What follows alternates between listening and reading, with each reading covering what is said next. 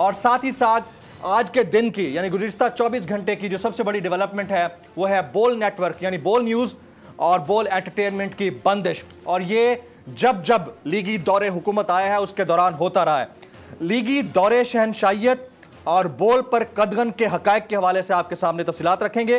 तारीख शाहिद है कि जब जब नून लीग इक़्तिदार में रही, बोल मीडिया ग्रुप के मालिक समेत उनके सहाफ़ियों को न सिर्फ ज़ेर अताब लाया गया बल्कि बोल मीडिया ग्रुप पर मुस्तकिल पाबंदी लगाने की पूरी कोशिश की गई।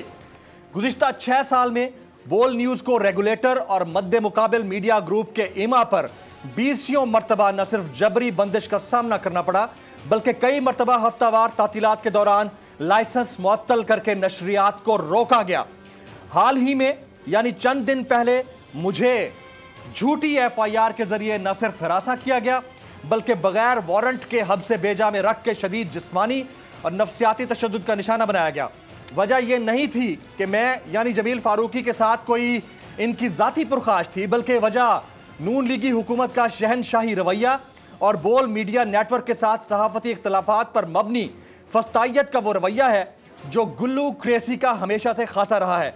आज भी मुल्क भर की सहाफती बरादरी बोल न्यूज़ और बोल एंटरटेनमेंट की जबरी बंदिश पर सरापा एहतजाज है।